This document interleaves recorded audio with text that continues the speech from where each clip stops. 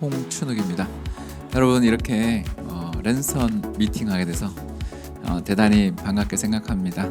새로운 시대를 맞이해서 요새 최근 들어 이렇게 유튜브 채널들을 통해서 강의를 할 수 있게 돼서 그나마 참 다행이다 생각을 하게 되고요. 오늘 이 제목에 나와 있는 것처럼 포스트 코로나 시대의 부동산 시장에 대해서 한번 말씀드려 보도록 하겠습니다. 먼저 최근 나타나고 있는 경기의 침체 속도가 대단히 가파르다라는 건 우리 모두 다 느끼실 겁니다. 왼쪽은 2020년 경제 전망이고요. 오른쪽은 2021년의 경제 전망인데 주황색 오렌지 선이 저게 뭐냐면 올해 1월 2020년 1월 그러니까 코로나 사태가 걷잡을 수 없이 번지기 전에 나왔던 경제 전망입니다.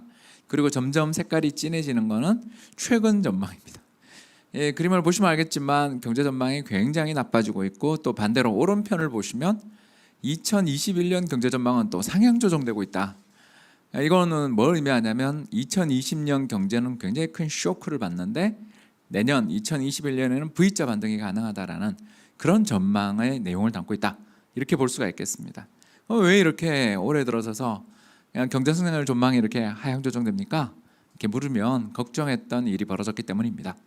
바로 걱정했던 일이 뭐냐? 세컨드 아웃브레이크. 우리가 제일 무서운 게 이거죠.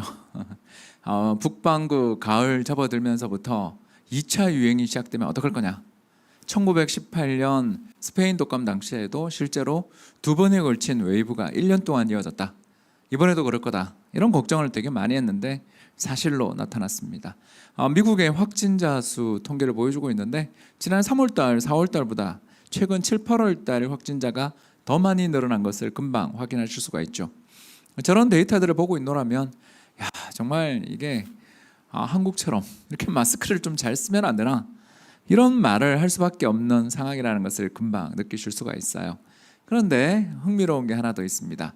자 그러면 저렇게 확진자 숫자가 급격히 늘어나고 있는 여건인데도 불구하고 왜 내년에 회복된다는 거냐? 바로 세 번째 그림이죠. 이 그림 때문이라고 저희들이 말씀을 드릴 수가 있겠는데요. 바로 이 그림을 살펴보시면 사망자 숫자입니다. 이상하지 않으세요? 확진자 수는 3월에 비해서 7, 8월에 2배가 늘었는데 사망자 수는 지난 3, 4월의 고점에 비해서 지금 거의 4분의 1 수준까지 떨어져 있다는 거죠. 뭘 의미하는가? 확진자 수가 폭발적으로 늘어나고 있는데도 불구하고 사망자 수가 줄어들고 있다는 것은 세 가지 가능성을 시사합니다. 첫 번째 가능성은 뭐냐? 슬픈 이야기죠. 돌아가실 분들이 많이 돌아가셨다. 이런 끔찍한 이야기를 해볼 수도 있는 거고요. 두 번째, 코로나 바이러스의 변종이 생겼다. 세 번째, 뭔진 모르지만 대응 방법을 찾아냈다. 셋 중에 어떤 게 맞을까요? 저는 셋 다 복합적일 수도 있다. 그러나 제 주변에 계시는 헬스케어 방역 전문가분한테 물으니까 첫 번째랑 세 번째가 함께 벌어진 일 같다. 그런 이야기를 많이 하시더군요. 즉 다시 말씀드려서 최근 유럽에 있는 노인들에게 이렇게 대규모 조사를 한번 해봤다. 역학 조사를 했더니 항체가 이미 형성된 분이 굉장히 많더라고요. 뭔 말이냐? 봄철에 이미 걷잡을 수 없이 번져서 그때 건강에 안 좋으신 분들이 많이 돌아가셨다. 그래서 이미 항체가 형성된 분이 많다. 그리고 이제 두 번째가 아까 이야기했던 것처럼 람데시비르를 비롯한 여러 가지 이런 코로나 관련돼 있는 대응 방법들 또는 처방약들에 대해서 뭔가를 발견해내면서 사망자가 줄어들고 있다는 것입니다. 결국 지난 3, 4월에 비해서 지금 7, 8월 달 확진자 수가 저렇게 폭발적으로 늘어나고 있음에도 불구하고 금융시장이 그때에 비해서 훨씬 안정돼 있는 이유는 정책 당국의 노력도 있지만 사실은 코로나에 대한 공포가 3, 4월에 걷잡을 수 없이 확산되는 것과 달리 지금은 절제된 공포, 즉 걱정거림은 분명한 사실이고 이게 경제에 얼마나 큰 영향을 미칠지에 대해서 많은 걱정은 분명해야 됩니다만 상반기처럼 이게 어떤 영향을 미치며 얼마나 많은 사람의 목숨을 앗아갈 것인가에 대한 그런 공포는 좀 덜하다. 이렇게도 말씀을 드릴 수 있다는 게 되겠습니다. 경제학자의 입장에서 볼 때 이와 같이 공포 자체 그리고 전염병의 확산 자체는 그대로 이어지고 있지만 사망자 수의 급격한 하락, 사망률 통계의 하락 같은 뉴스들은 적어도 경제에 미치는 사람들의 심리 측면에서는 영향이 상반기보다는 하반기가 덜할 수밖에 없지 않냐. 따라서 올해는 2020년에는 경제가 참 어려운 여건을 지속할 수밖에 없다라고 생각됩니다만 점점 기대합니다만 백신이 언제 나올지는 모르겠습니다만 적어도 걷잡을 수 없던 공포의 시기는 조금씩 지나가고 있는 게 아닌가, 이렇게 저희들은 생각을 하고 있습니다. 따라서 올해보다는 내년 성장률은 올라간다, 감히 이렇게 말씀을 드릴 수가 있을 텐데요. 이제 문제는 이와 같이 경제의 성장률이 회복된다고 해서 경제에 아무 문제가 없느냐? 그건 또 아니다라는 것을 말씀드리고 싶어요. 이 그림은 바로 미국의 잠재 GDP. 잠재 GDP가 뭐냐? 이렇게 물으시면 바로 경제 내에 존재하는 생산 캐파다, 이렇게 말씀을 드릴 수가 있겠습니다. 한마디로 말해 공장이 있다면 그 공장에서 한 100만 대 정도의 생산 캐파를 가지고 있는 자동차 공장이 저 그림의 회색 선이다, 이렇게 생각하시라는 겁니다. 그리고 실제 판매량이 주황색 선인데, 주황색 선 저 실제 판매량은 실제 경제의 잠재적인 생산 능력 대비해서 오르고 내립니다. 자, 그러면 2008년에 무슨 일이 있었냐 봐주십시오. 그때 경제에 강력한 서브프라임 모기지 위기가 닥쳤습니다. 그리고 그런 위기로 인해 가지고 경제에 걷잡을 수 없는 불황이 출현한 다음에 밑에 생산 캐파 대비해서 실제 판매량의 차이, 바로 재고가 되겠죠. 유휴 설비가 될 겁니다. 그 유휴 설비는 밑에 파란 막대기로 표시가 되어 있습니다. 자, 어떻습니까? 경제에 한번 위기가 발생한 다음에 다음 해 플러스 성장을 기록했다고 해서 경제 내에 존재하는 유휴 설비 문제가 한 방에 해소되느냐? 아니다라는 거죠.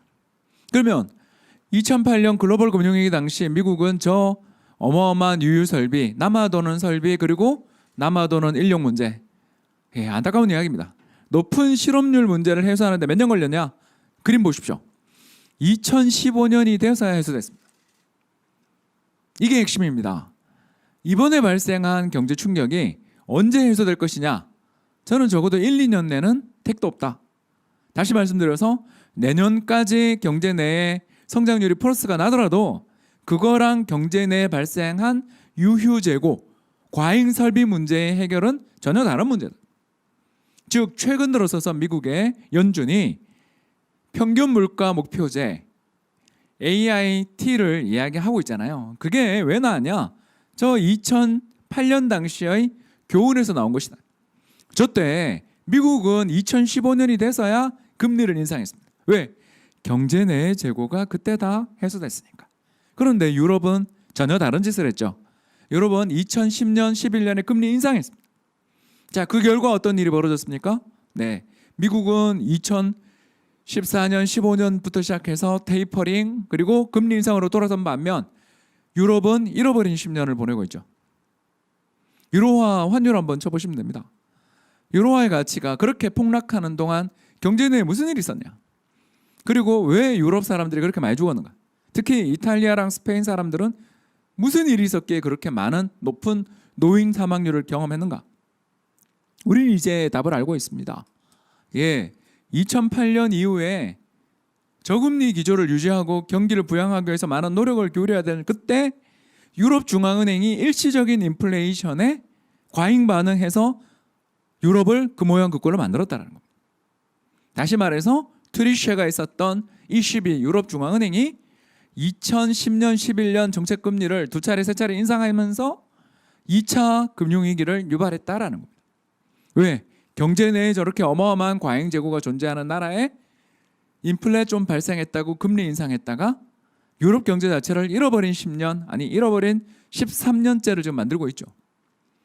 그 통화 정책과 재정 정책 당국들이 평상시에는 별로 중요한 사람들이 아닙니다. 그러나 위기의 시기에 한번 잘못 대응하면 영원히 역사에 지울 수 없는 낙인이 찍힌다는 것. 1990년 일본이 그랬고요. 이제 2010년에 유럽이 그랬습니다. 이 두 번의 교훈을 가지고 이번에 전 세계 중앙은행들은 어떤 태도를 보일 것인가?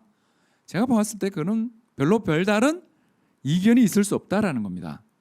2010년, 11년 유럽 중앙은행장 트리샤가 했던 것과 다른 행동을 하면 된다. 어떻게 하면 된다? 정책 금리의 인상을 최대한 인내할 것이다. 두 번째, 경제 내에 존재하는 저 파란 막대기, 경제 내에 존재하는 유휴 설비가 다 청산된다라는 확신이 들 때까지 금리 인상을 중단할 것이다. 몇 년이냐? 모르죠. 그걸 어떻게 알겠습니까? 다만 제가 드릴 수 있는 것은 적어도 수년 내 파월 임기 남아있는 동안에는 금리 인상 없다라고 봐야 되는 거 아니냐. 즉 제로금리의 시대가 최소 1, 2년, 길면 수삼 년 내지는 10년 동안 이어질 수도 있다라는 걸 인정하는 태도가 지금 우리에게 필요하다라는 것입니다. 이렇게 되면 자산 시장에 대한 전망들 그리고 자산 시장에 벌어지고 있는 일들에 대한 해석이 어느 정도 가능해지지 않냐, 이 말씀을 좀 드리고 싶어서 이 부분을 강조했습니다. 코로나19 사태로 인해서 정책 금리들을 다 제로로 갖다 놓고 난 다음에 그 다음 스텝을 하고 있는 게 양적 완화입니다. 양적 완화를 이렇게 하게 되면 인플레 안 나냐, 이런 질문을 하시는 분이 많은데요, 그렇지 않습니다. 이 그림에서 빨간 선 영역을 봐주시면 감사하겠습니다. 저 빨간 선 영역이 뭐냐면 초과지준입니다. 초과지준이 뭐냐, 연준이 예금 받아 놓으면 그 중에 일정 부분만 재예치하라고 해서 지급준비금을 부과하는데 그 정부의 규제 수준 이상으로 중앙은행에 재예치한 돈이 빨간 선입니다. 저게 양적 완화 규모를 따라서 저렇게 움직인다라는 건 경제에 무슨 일이 벌어졌다, 강력한 신용경색이 벌어졌다. 돈을 안만 풀어도 은행들이 대출하려 들지 않는다. 한국이랑 다릅니다. 한국은 돈을 풀면 제각 가계대출로 나갑니다. 그러니까 OECD 국가들 중에 우리나라 성장률이 제일 좋은 겁니다. 반대로 다른 나라들은 돈을 아무리 풀어도 그게 대출로 가지 않습니다. 왜? 2008년 글로벌 금융위기, 2010년 유럽 재정위기를 겪으면서 은행들 다 망할 뻔했기 때문에 그 트라우마가 아직 남아있는 상황에서 저렇게 초과 지준이 계속 쌓이는 거죠. 암만 돈 풀어도 그걸 다시 중앙은행에 재예치한다라는 겁니다. 이런 상황에서 인플레이션이 날 수 있는가에 대해서 생각해 보자라는 것이죠. 따라서 이제 바턴은 어디로 넘어갔다? 재정정책이다라고 말씀을 드릴 수가 있겠습니다. 최근 미 증시가 왜 조정받는가? 여러 이유가 있겠죠. 가장 큰 건 대선입니다. 11월 달 미 대선이 이제 한 달 보름도 안 남았습니다. 여기에 또 하나의 이슈가 있죠. 바로 재정정책입니다. 중앙은행이 제로금리를 만들고 양적 완화를 통해 정부가 발행한 채권을 무제한 사주고 있는데도 왜 중앙은행은 그렇게 계속적으로 앞으로 제로금리 정책을 펼치겠다고 약속을 하느냐? 그건 두 가지 신호인 거죠. 첫 번째는 시장에 주는 신호입니다. 수년 내 우리 금리 인상 없으니까 채권 사세요. 두 번째, 정부 엉덩이를 걷어차는 중이다. 제발 재정 지출을 늘려라. 지금 현재 시장 금리가 제로인데 이자 부담이 0인데 왜 재정 지출 확대 정책을 펼치지 않냐? 물론 미국 의회가 싸우고 있어서 그렇죠. 거기에 대해서 중앙은행들이 이렇게 얘기하는 거죠. 제로금리 만들어 놓을 테니 제발, 우리는 할 거 다 했다. 이제 정부 재정 좀 쓰자. 이 질문, 이 요청은 한국 정부에도 고스란히 적용된다고 말씀을 드릴 수가 있을 겁니다. 우리나라가 세계에서 OECD 국가 중에 가장 높은 성장률에 만족하지 말고 제로금리 환경에서 정부가 적극적인 재정 지출을 지금 써야 할 때가 아니냐라는 것을 이 그림이 보여주고 있습니다. 더 나가서 이제 질문이 나옵니다. 아니 박사님, 최근 들어서서 임대차 3법 때문에 전세 가격이 급등하고 있는데 인플레 우리 나지 않겠습니까? 날 수 있습니다. 그러나 이 그림 한번 봐주십시오. 파란 선은 집세, 우리나라의 이제 주택 물가입니다. 9% 정도 차지하죠. 소비자 물가에서 9% 정도 비중을 차지하는 게 집세입니다. 그리고 빨간 선이 전세인데요. 여러분 이거 보시면 금방 나오지 않으세요? 집세 물가는 전세 가격에 후행한다. 왜? 전세 임대차 계약이 2년이니까. 전세 가격이 상승하고 적어도 24개월 이동 평균을 해야 되니까 1년 정도 지나야 가격 상승에 연동되는데, 더 나가서 이번에 임대차법 개정으로 전세 거주 기간이 몇 년이 됐죠? 사실상 4년 됐습니다. 그렇죠?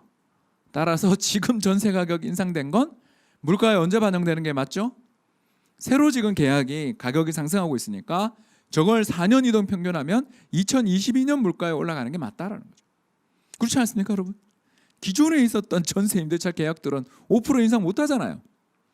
새 계약만 오르고 있잖아요. 이걸 생각해야 된다는 거. 물론 저는 앞으로 전세는 멸종될 것이다라고 보는 쪽에 서 있습니다. 즉 저는 임대차 3법은 전세 멸종법이다. 저는 그렇게 생각합니다. 뭐 그렇게 나쁘게 볼 문제는 아니죠. 이제 전세라는 걸 물가에서 빼야 된다라고 저는 생각합니다. 제 주장은 이겁니다. 이 그림 한번 봐주시죠. 보라색으로 되어 있는 저 가운데 부분이 우리나라 전세 비중입니다.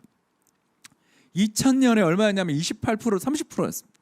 근데 지금 몇 프로냐? 최근 통계를 보니까 15%다. 20년 새에 반토막 났습니다. 그리고 앞으로 더 줄겠죠. 왜? 전세라는 것의 거주 매력은 굉장히 높아졌는데 전세 공급자 입장에선 전세를 계속 공급해줄 인센티브가 사라지고 있으니까. 그래서 앞으로 전세는 줄어들고 월세가 대부분을 차지할 것이다. 그렇게 봅니다. 그럼 월세는 어떻게 될 것인가? 넘어가죠. 그건. 월세는 어떻게 될 것인가? 굉장히 가격이 떨어지고 있다. 월세 가격이 급락하고 있습니다. 언제? 2010년 초반만 해도 오피스 전월세 전환율이 11%였는데 지금 몇 프로다? 5%다.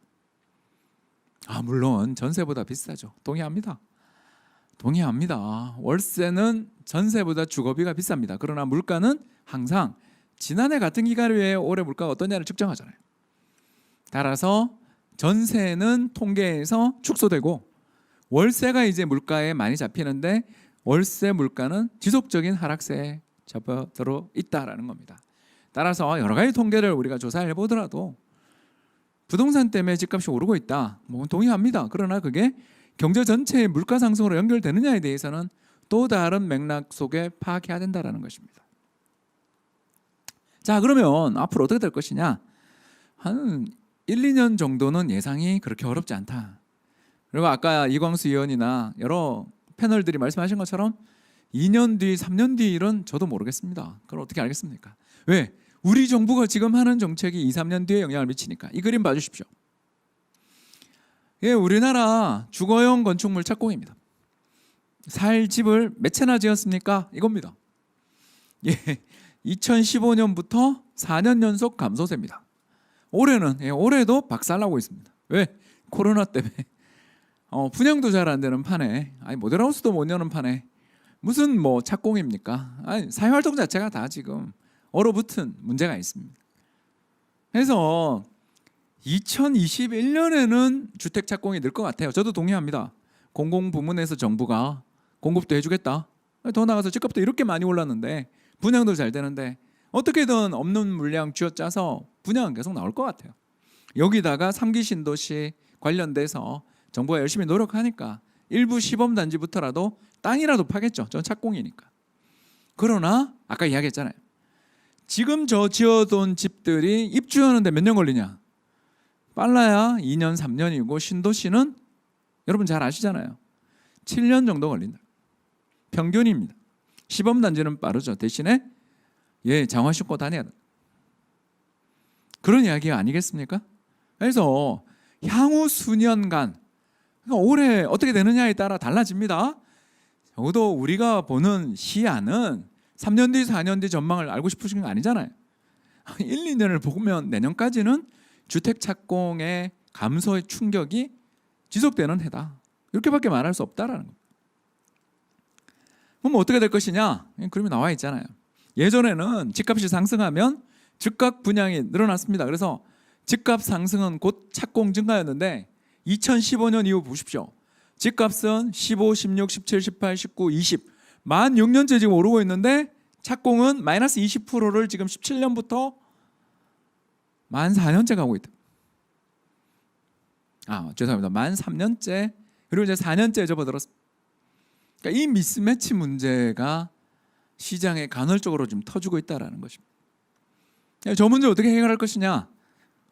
두 가지 중에 하나밖에 없습니다. 하나는 공급 물량을 충분히 늘려서 조금만 기다리면 당신에게 맞는 집이 공급된다라는 신뢰를 심어주던가 아니면 외부 충격이 와서 경제가 어떻게 되던가.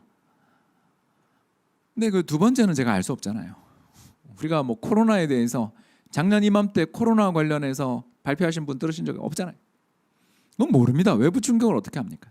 결국 저희가 알 수 있는 건 뜻밖의 외부 충격이 온다라고 그렇게 가정해서 이야기하면 할 말은 없지만 그런 걸 제외하고 놓고 보면 시장이 올해 내년 사이에 급격히 조정받을 것 같지는 않아요 정도가 적어도 이쪽에서는 데이터가 나왔다라는 겁니다. 좀 더 해보죠. 3기 신도시 이야기를 좀 해보려고 하는데요. 저는 3기 신도시에 대해서 희망을 많이 버리고 있습니다. 왜 그런가? 가장 대표적인 게 바로 이겁니다. 적어놨죠. 역 인근은 임대하겠다. GTX든 각종 여러 가지 철도들을 놔주겠다. 동의합니다. 그건 정말 잘하는 일이에요. 근데 내년 예산에 얼마 들어가는지 일단 보자. 저는 잘 모르겠습니다. 두 번째, 정부의 철도망들 이번에 하남 풍산까지 5호선 연장됐죠. 그 원래 계획이 언제였습니까? 저 2018년부터 연장된다는 이야기 들었거든요. 그리고 올해만 해도 3차례 연기됐을 겁니다. 그리고 강동역은 아직도 못 열어줘. 일단 국책 사업 자체가 굉장히 지연되는 성향이 있다는 걸 잊어버린다 하더라도 역 인근은 임대, 그래서 여기에서 멀리 떨어진 곳으로 대형 평형 공급하겠다라는 게 기조 아닙니까? 특히 이번에 3기 신도시 디자인이 나왔죠. 어떻습니까? 저밀도 전원도시다. 아름다운 그림이 나왔습니다. 그런데 역 근처를 보는데, 공원 근처를 보는데 50층짜리나 30층짜리 아파트가 잘 안 보입니다. 저 다시 세종시의 BRT를 봐야 되는가 잘 모르겠다는. 세종시에 도시를 만들어 놓은 걸 보셨잖아요. 중앙에 버스 전용 차선을 따로 고가도로를 뺍니다. 그리고 나머지 도로들을 안 만들었죠. 그 결과가 어떻습니까? 정부종합청사 다리 밑에 버스, 택시 그리고 각종 자동차가 중앙선에 이중 주차하는 모습을 봅니다. 세종시에서 다 근무하다 오신 분들은 다 느끼시죠? 왜 자동차 중심의 사회 시스템 자체를 거부하는 디자인을 자꾸 하는가? 저는 이해를 할 수가 없다라는 거예요. 좋은 뜻은 이해합니다. 못 사는 사람들, 소득 수준이 낮은 사람들, 그리고 배려가 필요하신 분들에게 집을 주겠다. 저도 동의합니다. 그런데 왜 3기 신도시를 만드는 이유랑 배치되지 않냐라는 거죠. 3기 신도시를 왜 만드는가? 서울에 집이 부족해서, 수도권 핵심 지역에 일자리 중심지에 집이 부족해서 3기 신도시를 도입하는데, 그러면 직주 근접을 해줘야죠. 왜 근데 역 근처는 저밀도 개발을 하겠다고 하는가? 그러면 전철을 타러 나오기에 시간이 충분하다고 생각하는가? 더 나가서 최근에 수인선 보시면 알겠지만 출근 시간에 배차 간격 20분입니다. 어떤 전철을 만드실지 제가 궁금한데 구체적인 대안이 필요하다. 부동산 시장에 존재하는 미스매치, 다시 돌아가겠습니다. 부동산 시장에 존재하고 있는 저 미스매치 문제를 해결하려면 향후에 주택 공급이 충분하다는 확신을 지금 줘야 됩니다. 그러려고 사전 청약하는 거잖아요. 부디 지금 아직 짓기 전이잖아요. 토지 수용 중입니다. 다시 한번 배려를 부탁드린다. 세종시처럼 대중교통의 이용을 강제하는 듯 하면서 차 타고 다니기 되게 어렵게 만들고 주차장 시설 안 만드는 그런 건물들 만드는 거 한번 재검토 부탁드리고요. 두 번째, 판교처럼 판교역 인근 가보시면 알겠지만 판교역을 내려서 주변에 보이는 모든 건물들은 대부분이 임대입니다. 저 멀리 보이는 주상복합 건물 일부를 제외하고 말입니다.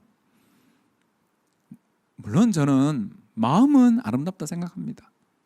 그러나 그렇게 디자인한 것이 주택시장의 수급의 불균형을 해소하는데 도움되는 방향인가에 대해서 한번 생각해 보자라는 것입니다.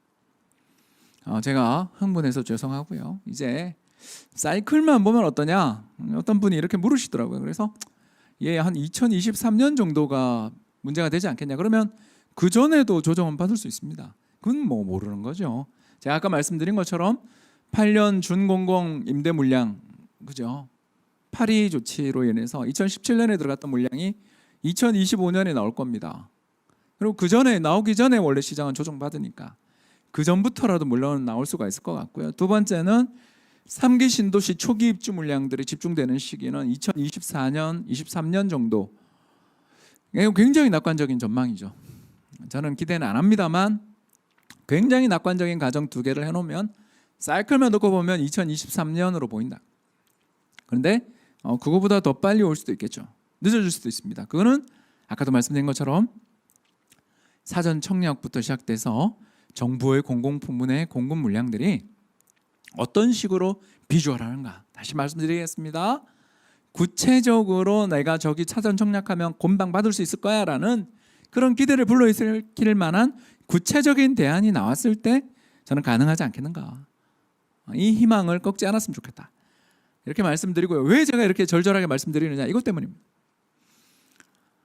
빨간 선이 뭐냐면 주택 구입 부담 지수입니다. 한마디로 말해서 집을 사서 그 집을 산 다음에 이자와 원금 상환에 걸리는 부담이 사회적 평균 감내할 수 있는 수준이 얼마냐 하면 그 소득의 25%라고 보통 봅니다. 그러면 100이 얼마냐 하면 25%입니다. 200이다. 50%겠죠. 그죠? 굉장히 직관적인 데이터입니다. 그래서 지금 보시면 얼마냐? 얘 140 넘었죠. 서울의 집값이 소득 수준이나 이자율 수준보다 너무 가파르게 오르니까 이제 30%도 넘어서서 계속 올라가고 있는 거죠. 소득의 30% 이상을 투입해야만 원금과 이자 상환이 가능해지는 상황으로 가고 있는 거죠. 저게 근데 올라가는 속도로만 놓고 보면 저게 이제 2분기 데이터니까 3분기 통계는 더 올라갔을 거 아니에요. 이게 뭘 이야기하고 싶으냐? 이대로 이거 놔두면 부동산 시장이 좀 걱정스럽다라는 겁니다. 사이클상 2023년으로 보이는데 이 속도로 올라가면 이거 문제가 심각해질 수 있다는 거죠. 이렇게 집값이 소득이나 이자율 수준에 비해서 비싸지는 게 바람직한 일이 아니잖아요. 그래서 정책에 대해서 이렇게 제가 애가 타는 거죠. 2023년 입주 물량, 공급 물량들이 있다 하더라도 지금부터라도 정책이 구체적으로 나와서 좀만 기다리면 집을 살 수 있어요라는 기대를 부각시켜 집값을 잡지 않으면 저게 160포인트, 180포인트까지 올라가서 지난 2007년, 8년 수준으로 진짜 가는 게 눈에 지금 보이는데 저걸 놔두면 곤란하잖아요. 뭐 저렇게 가도 아무 상관없다는 분들도 계시겠지만 전 이코노미스트 입장에서 2007년, 8년처럼 급등 후 그 뒤 하우스푸어 사태를 경험하고 있기 때문에 좀 잡았으면 좋겠습니다. 그래서 아까 이야기한 거죠. 두 가지. 디테일한 공급 계획들을 좀 밝혀라.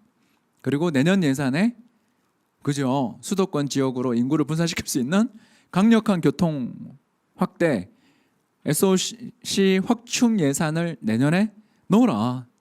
그런 디테일이 나오지 않으면 이거 내년에 저는 더 큰일이 날 것 같다. 여기서 이제 큰일이란 급등 이야기하는 거죠. 그래서 제가 무슨 저러고 뾰족한 대안은 없습니다만 이제 이런 상황이다라는 것은 좀 말씀을 드리고 싶어서 이렇게 제가 좀 강조했고 이제 거의 시간이 끝났습니다. 급박한 위험 모르니까 넘어가겠습니다. 이건 넘어가고요. 앞으로도 저는 전원도시 이런 꿈은 좀 버렸으면 좋겠습니다. 이 데이터 한번 봐주시면 감사하겠는데요. 국토교통부에서 조사한 겁니다. 여러분 주거 유형별 만족도 조사를 했는데 보시면 알겠지만 만족한다라는 분이 아파트 92%예요. 이게 아파트 공학이 맞냐 안 맞냐 소리는 좀 안 했으면 좋겠어요. 아니 주거 행복도를 따져야지 자꾸 그거 살면 뭐 하냐라는 이야기에서 왜 하냐. 저밀도 개발 말은 참 좋은데 일단 불을 끄고 그런 아름다운 꿈을 아름다운 도시 설계를 좀 찾았으면 좋겠다. 신도시마다 호수공원 들어가는 거 좋은데 저렴한 값에 공급을 많이 해서 집값을 잡는 게 지금 더 우선 아니냐 이 이야기를 자꾸 하는 거죠. 희소한 재화에 집중하자라고 이야기를 했는데 보시면 알겠지만 30년 이상 된 주택들이 밀집한 지역이 우리나라 되게 많습니다. 이거 어떡할 건지도 생각을 해야 되고요. 전국적으로 신축이 굉장히 공급이 부족하고 특히 서울의 아파트 노후도는 이거 20년에서 30년 된 아파트들이 저렇게 많은 도시가 서울이거든요.